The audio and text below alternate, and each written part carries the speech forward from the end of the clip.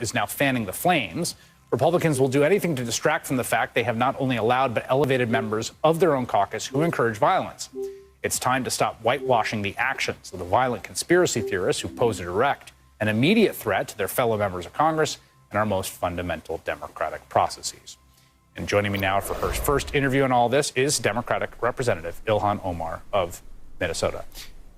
Representative Congresswoman, did you expect that you would be pulled into this because you have become kind of a go-to figure in these moments for the Republican Party? Sadly, this is the Republican playbook. We saw it with Donald Trump, that anytime they are faced with consequences for their actions to undermine our democracy, they blame Muslims, they blame immigrants, they blame Black people, they blame women. I just happen to embody all of these identities. And I just want to make sure, Chris, that we are clear on this. This is not about me, and it should not be about me. This is about a member of the Republican caucus who has repeatedly incited violence, and Republicans can't just wave a magic wand and attack the Black Congresswoman. It was notable that there's been a fundraising effort using you. The fundraising, people complaining the Democrats are trying to expel me from Congress. And it was interesting, the Democrat behind her there is you, not, Speaker Pelosi or House leadership. I think everyone understands what that's about. I guess my question is this. There's this dynamic that functions now where she will use this attention, right? And this sort of oppositional to fundraise. Like, do you think about breaking out of this cycle and how to do it, if there's any way out of it? No, I mean, the Republicans truly have lost their way. Their party is destroyed. Their base now is conspiracy theorists, it's cowards, it's opportunists, it's grifters, and sadly, they're becoming the Looney Tunes. These are people who we can't take serious. They're not here to do the people's business. They are here to just be obstructionists and make a mockery of not just our government, but our country. There is, of course, this individual congresswoman who's the subject of this question today in this House Rules Committee attracted attention. She ran because of this ad with her with a gun next to you and other Democratic lawmakers. January 6th, this is not theoretical. But just the degree to which the idea of physical intimidation, the threat of violence, of menace, of armed people has entered into the oxygen, the atmosphere of the building and the place you work that should be a question of sort of debating politics. Yeah, I mean, and so many people have asked, could there be violence? Could this lead to violence? And, they seem to forget that 5 people have already lost their lives in the events of January 6th, including a Capitol Police officer. Hundreds more people could have. We currently have members of Congress who are moving their offices away because they fear for their lives. Alex talked about the trauma that she's living with and has lived with since January 6th. I sent a text message to my ex-husband and told him, if I don't make it out, please make sure you tell my children I love them. This is not a joke. This is not a game. These people are threatening to our environment. They are threatening our ability to do our work. They are really making it hard for people to survive and exist in a free democracy where debate and discourse is supposed to be celebrated. We are now living in a situation where every single caucus conversation, it's about, where can we find resources for security? How are we supposed to check if our panic buttons are working? Can we buddy up and walk the hallways because we are afraid of our own colleagues? This is insane. No other work environment that is this toxic would sustain itself, and we can't sustain ourselves as members of Congress in this situation. The final question is there something that these members can do to cross back over the line? whether it's Marjorie Taylor Greene, whether it's the others that voted to overturn this election, like, what would do that? What would be a way, when you say it's unsustainable, short of removing them from Congress, which I think probably won't happen, and I think there's small d-democratic arguments for why that might not be ideal. What could happen? They can show leadership. They can decide not to turn the key over, the key of their party over to this conspiracy theorist, white supremacist, violent and dangerous member of Congress. They can hold her accountable. They can hold so many of their members who have incited insurrection and helped lead a rebellion against our democracy on January 6th accountable. It is going to be a long road because, you know, these are the children that are born out of a white supremacist movement that has taken over the base of arms much faster, especially in communities that have already been decimated by the disease. 15% of all COVID deaths in America. And it could be about to get started. School of Tropical Medicine at Baylor College of Medicine, co-director of the Texas Children's Hospital Center for Vaccine Development, who is himself working on a coronavirus vaccine, joins me now. Dr. Hotez, lay out the argument you make in the op-ed about the need to target specifically African Americans for vaccination as quickly as possible. Yeah, Chris, it's really born out of the fact now, especially because we've got the new variants coming, the ones from the United Kingdom, South Africa, and now Brazil. And we know that they're highly contagious. They're much more transmissible than the previous major lineages that we've had in North America. And so they're going to race through this population very quickly. They're already here. The UK, there's been at least about 540 isolates, 3 in South Africa, 1 in Brazil. And we've only really just started now doing genomic sequencing. We've been underachieving. So it's probably much more widespread. So this thing is going to sweep through the country, even though we're on a decline right now from 250,000 new cases a day to 150,000. This is going to be particularly about the African-American population for a number of reasons. They seem to be losing their life at a younger age. About a third of the deaths in the African-American now to show high rates of vaccine hesitancy among the African-American people. So we're looking at this perfect storm. If this virus, as the new variants race through, this is who it's going to hit the hardest, I'm afraid. Yeah, we should note that we're doing very little genomic sequencing in terms of surveilling where the new strains are. One individual, an Alabama man, aligns with the fact this has already been hitting African Americans. Here's my frustration about the vaccine discussion. The CDC put out this metric, this sort of matrix for decision making about tiers and ordering vaccines, and it prioritized equity, particularly racial equity, and it got a lot of criticism for that. There was a lot of criticism that says stop thinking about that, get shots in arms, and I think there was a persuasive reason for that. But now that we've moved to just shots in arms, guess what, America? We have managed to recreate the problem from an equity standpoint. We have tons of evidence coming in, this from the New York Times, wealthier getting more vaccinations, even in poorer neighborhoods. We have racial disparities opening up in vaccinations. How do we fix that? Yeah, I think one of the major ways, of course, is making vaccines more accessible in some of the low-income neighborhoods. You know, we don't really have much of a health system for giving adult vaccination. It relies heavily on the pharmacy chains and the hospital chains. But tragically, you know, many of the low-income neighborhoods are pharmacy deserts. They're just not there.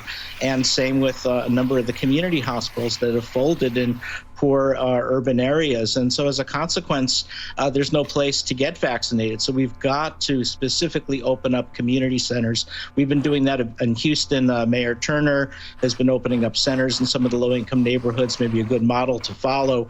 But also in parallel, what we're finding, and there's now been deliberate targeting of African-American groups by the anti-vaccine lobby. So one of the things that I'm doing now, Chris, is I'm going on African-American radio broadcasts and talk radio shows and podcasts whenever every chance I get, because the message that they're not hearing is how we're disproportionately disproportionately losing the lives of so many young moms and dads and brothers and sisters. And that message absolutely has to get across in a big way. And if no one's going to do it, I'll do the best I can. I know, I talked to some of the people in the Biden camp. They understand it, they get it, they're ramping up. But the scary thing is, before we thought we had time. We thought we had to the fall to fully vaccinate the American people. But now with the new variants here in the last couple of weeks, we now realize we have to call an audible, and now we've got to get this done by June. And so it's not only going to be about getting the vaccination hubs, we need more vaccines. Yeah. And we're learning in Operation Warp Speed that we don't have all the vaccines that are not being made in parallel with all of the studies, unfortunately. Yeah, supply right now is a bigger issue than demand, but I think there are lots of people, I should just note, who are working on the demand side of this issue among various communities across the country. Dr. Peter Hotez, thank you for sharing your knowledge and experience on function as a kind of Rosetta Stone for understanding everything about our politics in this moment. But first, I need to give you a little context for what you are going to see. The network here is called Newsmax, sort of fringe, right-wing, very pro-Trump channel, even more so than Fox. They've gained a huge following in recent months, eating into Fox's ratings by essentially going all in on the former president's segments about a company called Dominion Voting Systems and conspiracy theories about their voting machines deleting or changing votes. Now, that didn't actually happen, but the network went along with the false story until Dominion threatened them with a defamation lawsuit. And then Newsmax quickly changed its tune after that. They started running these bizarre quasi-hostage video segments with the hosts reading statements to set the record straight about Dominion. So that's the network we're about to watch. The guest is the MAGA pillow guy, Mike Lindell, who is also all in on this conspiracy theory to the point that he went to the White House on January 15th to try to convince Donald Trump to stage a full coup. And because he himself was spreading the lie about the voting machines and the election being stolen, the MAGA pillow man, like Trump, was kicked off of Twitter, which gave Newsmax the bright idea to bring him on to rant against the censorious woke mob cancel culture that deplatformed him. The problem, of course, is that he was deplatformed for telling exactly the kinds of lies that got Newsmax into potential legal trouble. And those lies were all the MAGA pillow guy wanted to talk about. So this is what that looked like. So what happened? What happened with your Twitter account and the company page? Well, first mine was taken down because we have all the election fraud with these Dominion machines. We have 100% proof. And then when they took it down about 3 weeks ago, and then I put it back up, my personal, it was a Mike, thank you very much. Mike, you're talking about machines that we at Newsmax have not been able to verify any of those kinds of allegations. We just want to let people know that there's nothing substantive that we've seen. And let me read you something there. While there were some clear evidence of some cases of vote fraud and election irregularities, the election results in every state were certified, and Newsmax accepts the results as legal and final. The courts have also supported that view. So we wanted to talk to you about canceling culture, if you will. We don't want to relitigate the allegations that you're making, Mike, because we understand where you are. So let me ask you this. Do you think that this should be temporary because it appears to be permanent? Could you make an argument that it is temporary? What? Could you make an argument that this could be a temporary banning rather than permanent? No, I want it to be a permanent because you know what? They did this because I'm revealing all the evidence on Friday of all the election fraud with these machines. So I'm sorry if you think it's not Mike, real. Can I ask our producers, can we get out of here, please? I don't want to have to keep going over this. Actually, we at Newsmax have not been able to verify any of those allegations that you're Mike, hold on a second. Everybody hold on a second. Mike, hold on 1 second. Let's talk a little bit about just what is happening overall in terms of censorship of... Trying to cancel out my company and myself in this country. It's cancel culture. Oh, so good. Lucky for Mike Lindell, he was back on Newsmax the same night, and today host Bob Sellers apologized on air, saying he could have handled the end of the interview differently, and that the MAGA pillow man will continue to be an important guest on the network. Yes, a very important guest who happens to also spend tens of thousands of dollars running ads on that network. But it underlines there are other more serious legal consequences possible for those who have spread the big lie. State officials in Michigan are acting. By late November, with Joe Biden's clear and decisive victory in Michigan, Trump-aligned attorney Sidney Powell was peddling wild, unfounded allegations of massive election fraud documented in a legal filing riddled with errors. Well, now Michigan's top elected officials are pushing for accountability. On Monday, the state attorney general filed grievances against Powell and 3 Michigan attorneys who aided her, saying a direct line can be drawn from the fabrications of Ms. Powell and her associates to the unprecedented insurrection at the Capitol building in Washington, D.C. on January 6th that sought to topple our national government. Nothing short of permanent disbarment would be appropriate under these circumstances. Dana Nessel is the Michigan Attorney General who filed those complaints, along with a lawsuit last Thursday suing the 4 lawyers for attorneys' fees. And Jocelyn Benson is the Secretary of State in Michigan responsible for the integrity of state elections, which Powell and her associates attacked, and both join me now. I'll begin with you, Attorney General Nessel. What is the procedure here? How often is it used, and why use it here? Well, it's not terribly uncommon that some sort of complaint is made against an attorney with the Attorney Grievance Commission, but it is fairly unusual to ask for disbarment as the remedy. But we thought that it was entirely appropriate given the set of circumstances. I mean, these are not just any cases. These are cases that sought to overturn the will of the people as to the presidential election in Michigan and sought really to undermine people's faith in the integrity of our electoral system. So we thought it was the appropriate remedy, and we're hoping the Attorney Grievance Commissions in both Michigan and in the state of Texas, where Sidney Powell is licensed, will take consideration into what we've said. Secretary of State Benson, what have the effects been? I know that, we have polling now that shows just a huge part of the national electorate believes that the election was stolen, as they have been repeatedly told by, leaders of the Republican Party, conservative media. There's some argument that actually having these lawsuits in your state allowed courts to say this is nonsense and we're better for trust in the system. But I wonder how you see it. Well, interestingly, first we have to recognize that last year's elections were a great success. More people voted in Michigan and elsewhere than ever before. And so in some ways, the post-election shenanigans in the court and through the court of public opinion really covered that truth. And to the point that, to the extent that we were worried about the security of our elections last year, we ultimately found that the greatest security threat was not foreign interference, but actually these domestic attacks in the form of lies and misinformation that was spread in an intentional, calculated way to intentionally mislead people and sow doubt in our elections, and the misuse and abuse of those who have the very privilege to present arguments in a court of law, for them to abuse that privilege to intentionally try to undermine the will of the people is particularly pernicious. It was unprecedented, and it was particularly challenging and disappointing given the fact that it was in line with a very successful election that saw so many people on both sides of the aisle engaged in the process and believing in the process through deciding to cast their votes in November.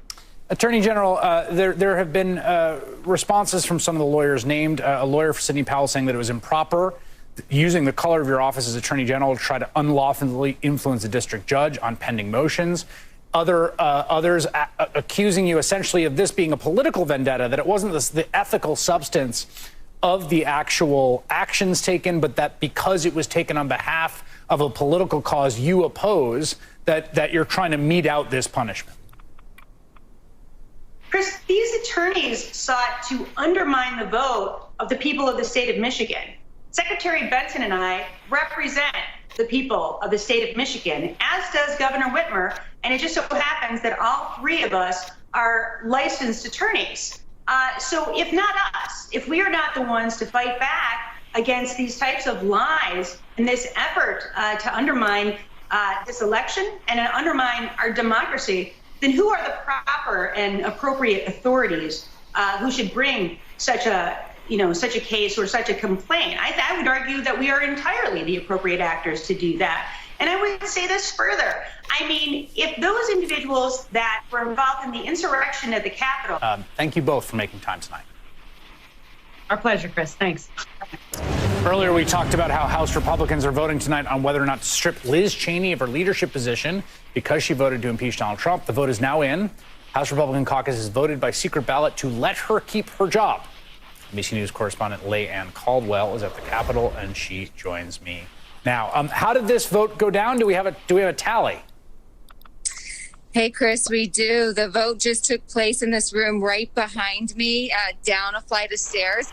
The tally was pretty significant in favor of Liz Cheney, about 145 to 61. So that means there was just about 60 members who voted to strip her from her position as the number 3 Republican in the House conference. So it was a secret ballot. So we don't know exactly how people voted, but I will say that it was hours of debate about Liz Cheney and her role. And in the conference, everyone was talking about it was a family discussion. So we didn't get a lot of details. There seems to be a big muzzle around what did happen there. But we do know that Marjorie Taylor Greene, who there was secret ballot, that is, I mean, that is, I suppose, encouraging insofar as the caucus has decided that they will not cast out a member for the sheer heterodoxy of voting to impeach the president of the United States. And that's a fairly wide margin, although deposing leadership is a big deal. I mean, if it had gone the other way, it would have been an enormous earthquake, right? It would have been extremely significant, especially on the same day that they were having this big discussion about Marjorie Taylor Greene, who has said in the past that Parkland was a false flag operation. She had been a supporter of QAnon. And McCarthy, earlier in the day, the Republican leader, had come out and said that he was not going to support stripping her of her committee assignments. So if the conference, after that news, then voted to strip Liz Cheney of her number 3 position, that would have been extremely significant and a very big signal to the country of what the Republican Party stands for. Right now, they're keeping it as status quo. Right. I guess that's well said, right? That what ended up getting set up here was a kind of, well, let's not do anything about either equilibrium that essentially prevailed in both cases in terms of the caucus. That's absolutely right. They are going to try to live to fight another day. And now, tomorrow, the Democrats are planning on moving forward on a resolution to strip Marjorie Taylor Greene from her committee assignments. That is pretty unprecedented that one party would try to strip another party's members from committee assignments. And so what Republicans are leaning into is Democratic overreach. They are saying that they are, McCarthy in his statement said they are raising the temperature of partisanship and politics on Capitol Hill by Democrats forcing this vote. So it now looks like they're going to shift the focus and try to, I just keep hearing this term from Republican members over and over again, Democratic overreach. They think that the impeachment is Democratic overreach. They think that the thing that saves Republicans over and over again is overreaction from Democrats. And they're going to try to play into that tomorrow when the House takes this vote, because Republicans did not act regarding Marjorie Taylor Greene. And then they're keeping Cheney in her position. They're going to try to change the topic, Chris. Yeah, it's like the law of unintended consequences. Like when you aim your space laser down to pursue your plans of world domination, you end up with a forest fire. Sort of like that. NBC News correspondent Leanne Caldwell live at the Capitol tonight. Thank you very much. Thank you. Over in the Senate, Democrats won the majority on January 6th, and almost 1 month and one insurrection later, they are finally taking their committee chairs, their gavels, their precious gavels. Members of Congress love to chair things. And this happened after Senate Majority Leader Chuck Schumer and Minority Leader Mitch McConnell reached an agreement earlier today on how to run a 50-50. I'm joined now by Senator Tim Kaine, Democrat from Virginia. I guess first, it finally happened. Today was the day. You guys now have control. Congratulations. Thank you, Chris. We feel very, very good about it. You control the agenda, so it's 50. But once you're the majority, you can determine what hearings will happen. You can determine what bills get marked up in committee. You can determine what bills get attention on the floor, and that is a very, very good thing. So let's talk about that. There have been a number of committees that have moved forward with Republicans chairing them, essentially, to confirm a number of members of the cabinet. There are some notable exceptions, including Merrick Garland. A man who's familiar with senatorial dithering and was probably hoping to not experience that again, but has not yet had a hearing, I think, in the the Judicial Committee, and is not clear when he's going to be confirmed. What's up with that? Well, no surprise, Chris. The Republicans aren't wild about the Department of Justice. And so they're glad to dither and not have a hearing on the Attorney General, who, by all accounts, is one of the foremost consequential cabinet secretaries. But as of today, we have named the Democratic committee chairs. Dick Durbin is the chair of Judiciary, and we feel very compelled to move forward with Merrick Garland as promptly as we can. We've got to battle white supremacy and domestic terrorism. We've got to keep America safe from the crimes that an attorney general is always focused on. I'm not on the Judiciary Committee, but I know. I have a feeling Durbin is going to, bring this up pretty quickly. The biggest priority right now is COVID relief, and there's a few dynamics here. One, you got polling showing 65-70% of Americans support it, even large percentages of Republicans. You've got Governor Justice down in West Virginia, a state that Trump won by 50 points, saying, for heaven's sake, go big. What is the sentiment about how quickly to move and whether you need to negotiate with yourselves, which I'm going to get to in a second, in the Democratic caucus? So, Chris, this is inside baseball, but Democrats are very focused on the tool of budget reconciliation, which is a tool that's available to both parties. It's been used to do some of the most bipartisan legislation we've done in the last few decades, like the CHIP bill, the Children's Health Insurance bill, or the Earned Income Tax Credit. But the good news is you can use budget reconciliation to do big, important things promptly with a simple majority vote. And that's what we're setting up to do, because the death toll is staggering. Every day we see death tolls in excess of the number of Americans killed on 9/11. The economic consequence is staggering. The American public is suffering, and they need big action, and they need big action soon. We're in dialogue with Republicans because we want to put into that bill priorities that they think are important, priorities that matter to their voters and their states, but we're not interested in slowing down and letting Americans suffer slowly over this raging fire. We've got to provide relief, and we got to provide it fast. There's a lot in the relief package. There's money for states and municipalities. There's money for a vaccination program. There's an expanded tax credit for families with children. There's a whole bunch. There's been a lot of focus on direct cash relief, the checks, the $2,000 checks, partly because it was a big part of that campaign down the stretch in Georgia that won the majority. I want to play you something that the press secretary Jen Psaki said today about considerations in negotiations that I think are happening within the Democratic Party about paring back eligibility on those checks. Take a listen. Earlier today on the call with House Democrats, the president talked about better targeting the stimulus checks. I'm wondering if you could just explain what he meant by that and what might be under consideration. Further targeting means not the size of the check. It means the income level of people who receive the check, and that's something that has been under discussion. There has been a conclusion, but certainly he's open to having that discussion. Okay, here's my pitch to you, Senator. then I'll shut up. Don't do this, A. B, if you have to do it, and you need 50 votes, so whatever. Just give people checks and tax it back next year if they had a good year and didn't need it. This idea that you're going to means test off 2019 income, which is currently, it's not capturing the need. Please don't do this. Okay, you respond. I'll shut up now.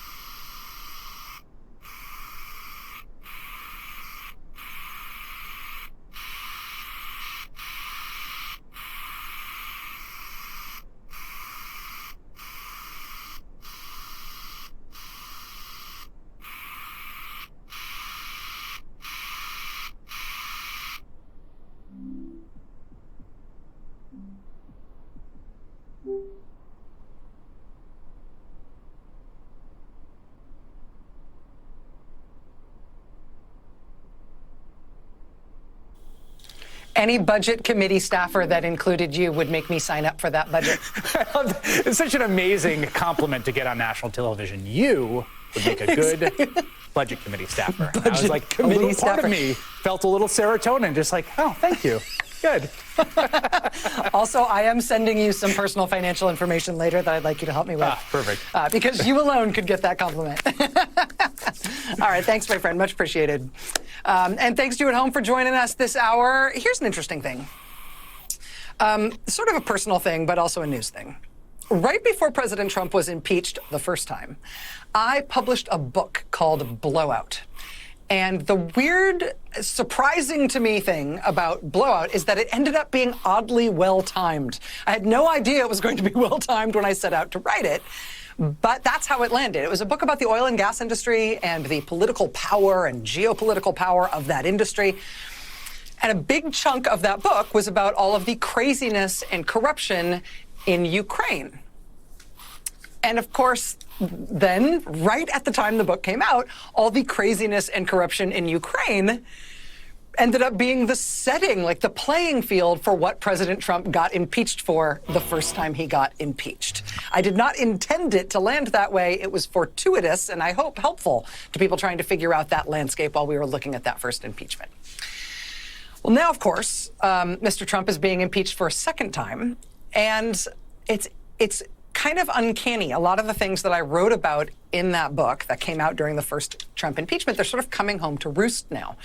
The whole reason I wrote that book was because I think we were pretty consistently underestimating the sway of this one industry, how much sway the oil and gas industry has over politics and whole governments, both here in the United States and around the world. And so I thought I thought it would be helpful. I thought there was a need for kind of a rip-roaring, round-the-world explainer for how that one industry can sometimes explain a lot of what otherwise doesn't make sense about politics. If something's happening in politics and geopolitics that just doesn't make sense on the surface and in what we're taught to look for in terms of political currents, it helps to look at this industry and see if maybe they are the hidden hand there, particularly when politics fails or when governments are really bad.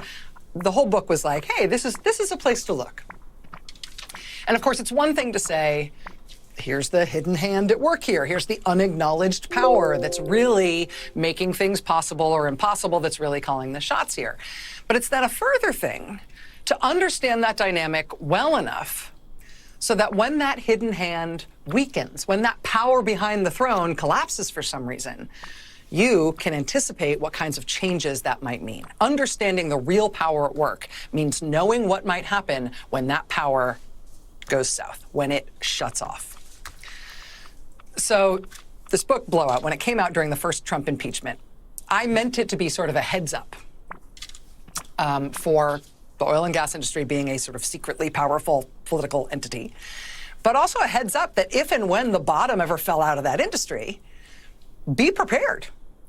Be ready to go, because when the bottom falls out of that industry, a lot of things are going to change. A lot of things that they, as an industry, were blocking are suddenly going to become possible. A lot of bad government, for example, is going to fall apart once the power behind bad government loses its zhuzh.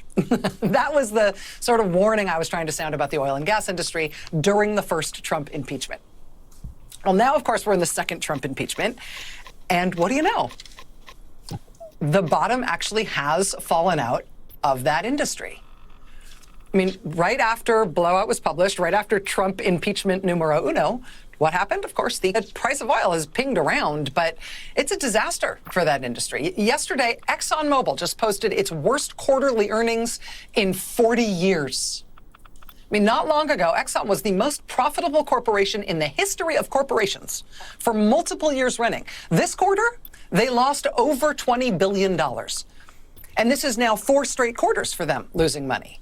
This was the richest company on earth by a mile forever and ever. Now they're a company that loses more than $61 million every day they stay in operation.